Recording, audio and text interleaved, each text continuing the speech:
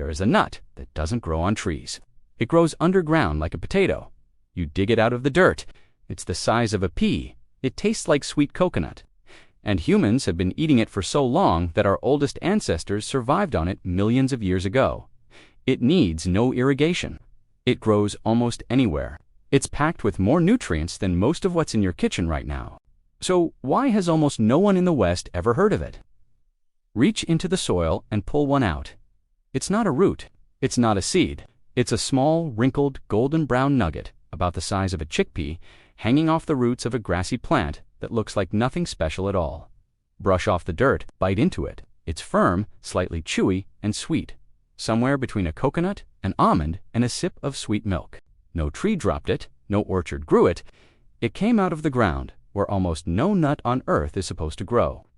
And that single strange fact is the beginning of one of the most overlooked food stories in human history. Because this is not some rare botanical curiosity from a hidden jungle, this plant grows on nearly every continent. It has fed humans for thousands of years of recorded history, and, as you'll see, possibly for millions of years before that.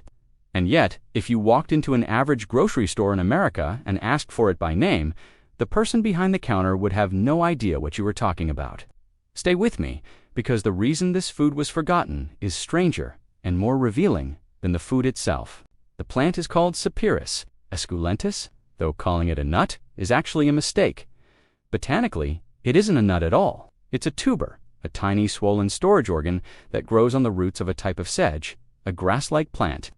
People just call it a nut because that's what it looks and tastes like once it's dried.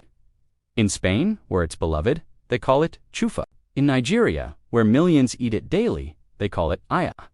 In other parts of the world, it goes by yellow nutsedge, earth almond, or ground almond. Different names, different countries, the same humble little tuber that the modern Western diet somehow walked right past. Now, before we get to how the world forgot it, you need to understand just how far back this food goes. And this is where the story stops being about food and starts being about us, about what made us human in the first place. In 2014, Dr. Gabrielle Macho at Oxford University published a study that changed how we think about early human diets. She examined the fossilized teeth and jaws of Paranthropus boisei, an early human relative who lived in East Africa between 2.4 million and 1.4 million years ago. This species had been nicknamed Nutcracker Man because of its massive jaw muscles and enormous flat molars, teeth clearly built for grinding something tough and fibrous. For decades, researchers debated what that food could have been. Macho's study provided an answer that was as simple as it was startling. Tiger nuts. The wear patterns on those ancient teeth, the carbon isotope signatures locked in the enamel. The sheer mechanical requirements of the jaw, all of it was consistent with a diet built heavily on small, hard, underground tubers. Macho calculated that a hominin could extract roughly 10,000 kilojoules per day, about 2,000 calories, from tiger nuts alone. Enough to survive, enough to thrive, enough to fuel the energy demands of a growing brain. Picture it. An early human ancestor crouched on the East African savanna 2 million years ago, digging tubers out of the ground with bare hands. The same wrinkled golden nuggets you could dig up in a garden bed today.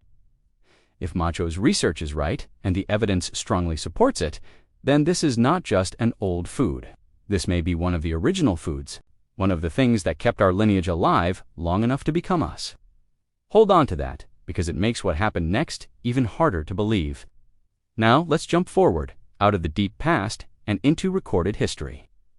To ancient Egypt, roughly 3,400 years ago.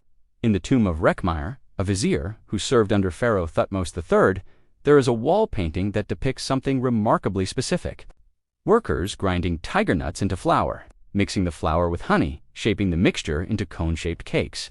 The scene is detailed enough that food historians have recreated the recipe. In the Daki Agriculture Museum in Cairo, specimens of actual dried tiger nuts recovered from Egyptian tombs sit behind glass, not representations, not carvings. The actual tubers, placed there deliberately as food for the afterlife. The Egyptians valued this little nugget enough to bury it with their dead to send it along on the journey into eternity. They roasted them, they pressed them for oil, they sweetened them with honey and shaped them into confections. For a civilization that planned its tombs with painstaking care, Choosing what was worthy to accompany a soul forever, the tiger nut made the list. That is not how you treat a worthless weed. That is how you treat a treasure. And from Egypt, the tiger nut traveled. It spread along Mediterranean trade routes. The Moors carried it to the Iberian Peninsula during their centuries of rule over what is now Spain. And there, in the region around Valencia, it found a second permanent home. The climate suited it, the sandy soil suited it, and the people did something with it that survives to this very day. Something most people in the rest of the world have tasted only if they've been lucky enough to visit. They turned it into a drink. They soaked the dried tubers overnight, crushed them with water, strained the liquid through cloth, and sweetened it lightly. The result was a cold, creamy, milky beverage called horchata de chufa, completely free of dairy, naturally sweet, refreshing in the brutal Mediterranean summer. In Valencia today, horchata is not some forgotten relic. It is a beloved everyday drink sold in dedicated horchaterias, poured over ice, served alongside long sugar-dusted pastries called fartons on hot afternoons. An entire regional food culture, centuries old, built on a nut that grows in the dirt. The Spanish never forgot. They held on to it through 800 years of history without interruption, which raises the obvious question: if Spain kept it, why did almost everyone else lose it? We'll get to that. But first you need to understand exactly what this little tuber can actually do, because once you see the full picture, the forgetting becomes almost impossible to explain. Start with how you can eat it, because the range is remarkable for something so small. You can eat tiger nuts raw, straight from soaking, when they're chewy and sweet and taste like something between a coconut and a macadamia. You can roast them until they crunch. You can grind them into a fine flour that is naturally gluten-free, meaning people with celiac disease or wheat intolerance can bake bread, cakes, and cookies with it freely. You can soak and blend them into that creamy plant milk. No cow required, no soy, no almond farming draining California aquifers. You can cold press them for oil that has a fatty acid profile similar to olive oil, high in oleic acid. Stable at cooking temperatures, mild in flavor, one tiny tuber, a snack, a flour, a milk, and a cooking oil. A near-complete pantry growing quietly under the ground wherever you plant it. Now the nutrition, because this is where it stops being charming and starts being genuinely formidable. A single serving of tiger nuts, about 1 ounce, contains 10 grams of fiber. That is roughly a third of the daily recommended intake in one handful. This is not just any fiber. It is prebiotic-resistant starch, the specific type that feeds beneficial bacteria in the gut and has been linked in clinical research to improved digestive health, better blood sugar regulation, and reduced inflammation. They contain healthy monounsaturated fats. They carry iron, magnesium, potassium, phosphorus, and zinc. They deliver vitamin E, a powerful antioxidant. They provide vitamin C. They offer plant-based protein. For something you dig out of the dirt and pop in your mouth without any processing whatsoever, the nutritional density rivals or exceeds most of what is marketed as a superfood in expensive packaging today. And then there's the part that should make any gardener or anyone worried about food security sit up straight. This plant is almost impossible to kill. Tiger nut sedge is famously ferociously hardy. It grows in poor soil. It tolerates heat. It survives drought that would wipe out corn, wheat, and most vegetables. It doesn't need irrigation once established. It doesn't demand synthetic fertilizer. It doesn't need careful spacing or specialized equipment. In fact, it grows so easily and spreads so aggressively through underground rhizomes and tubers that in most of the Western agricultural world, it is not celebrated as a crop at all. It is cursed as one of the world's worst weeds. Yellow nutsedge, the farmers call it, ranked among the top 20 most economically damaging weed species on the planet. University Extension Services publish guides on how to kill it. Chemical companies sell herbicides specifically designed to eradicate it. Millions of dollars spent every year fighting a plant that produces free food underground. Sit with that irony for a moment, because it's the heart of this entire story. One of the most nutritious, drought-proof, low-maintenance foods available to humankind. A food that may have sustained our species through its earliest evolutionary bottlenecks. A food the pharaohs treasured enough to carry into the afterlife, is treated across much of the modern Western world as a pest to be poisoned, sprayed, and ripped out of the ground. We are actively paying money to destroy a plant our ancestors survived on for 2 million years. So how did this happen? How does a food go from sacred to forgotten to actively persecuted? This is the part that matters most, because the answer reveals something uncomfortable about how the modern food system actually works. The tiger nut wasn't banned. There was no law against it. No single corporation conspired to erase it.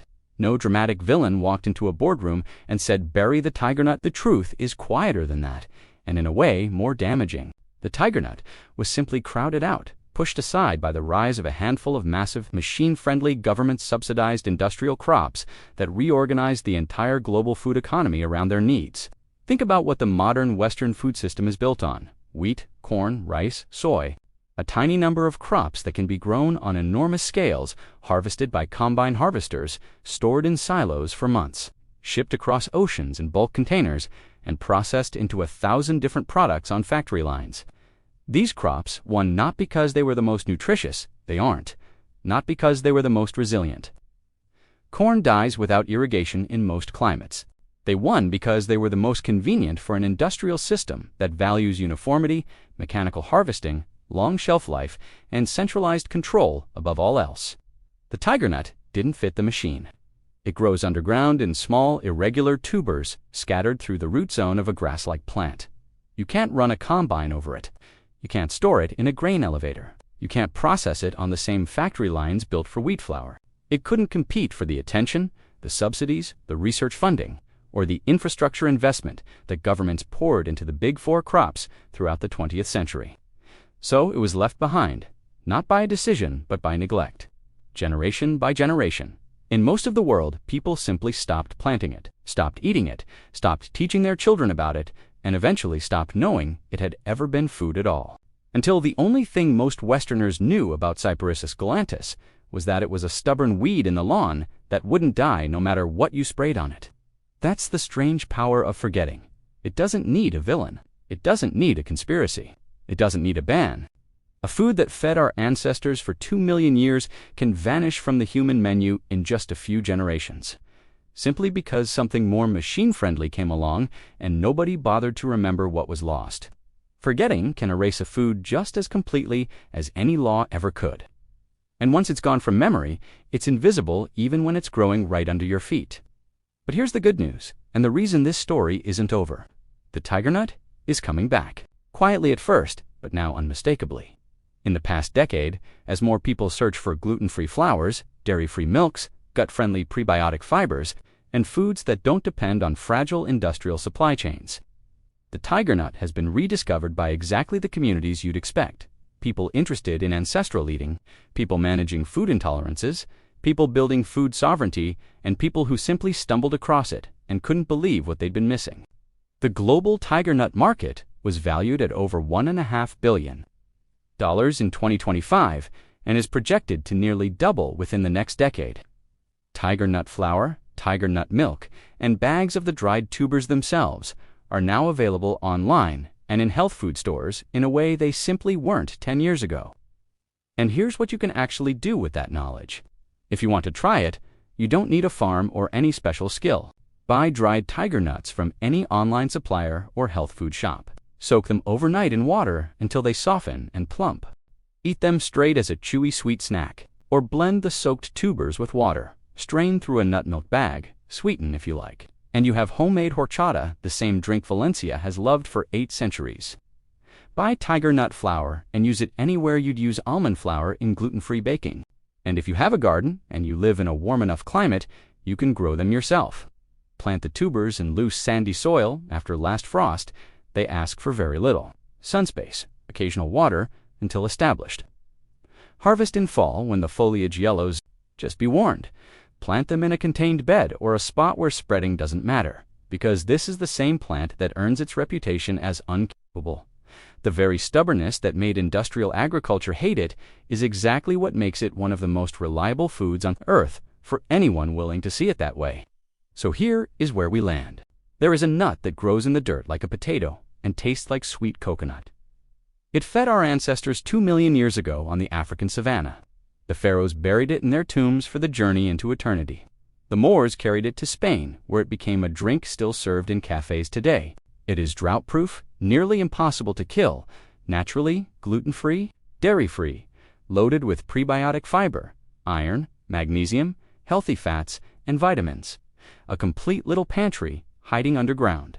And for most of the modern Western world, it disappeared from memory entirely, not because anyone destroyed it, but simply because we built a food system around machines and forgot everything the machines couldn't harvest. That's the quiet lesson buried in this tiny tuber. Some of the most valuable things humanity ever had were never taken from us by force. We just set them down, walked toward what was convenient, and forgot they were ever there. The tiger nut survived 2 million years, 3 civilizations, the rise and fall of empires, and the entire reorganization of the global food economy. And it's still growing, still sweet, still packed with everything a body needs, still waiting in the soil for anyone who remembers to reach down and dig it up. The plant doesn't care that we forgot it. It never stopped growing. It's in fields and gardens and roadsides and the edges of farmland right now, sprayed with herbicide by people standing directly on top of one of the oldest foods their own species ever ate. It's been waiting the whole time. 2 million years of patience. The only thing that ever vanished was the memory. The food never left. If this vault opens something for you, subscribe and hit the bell. Every like and every share preserves what they tried to erase. The next vault opens soon.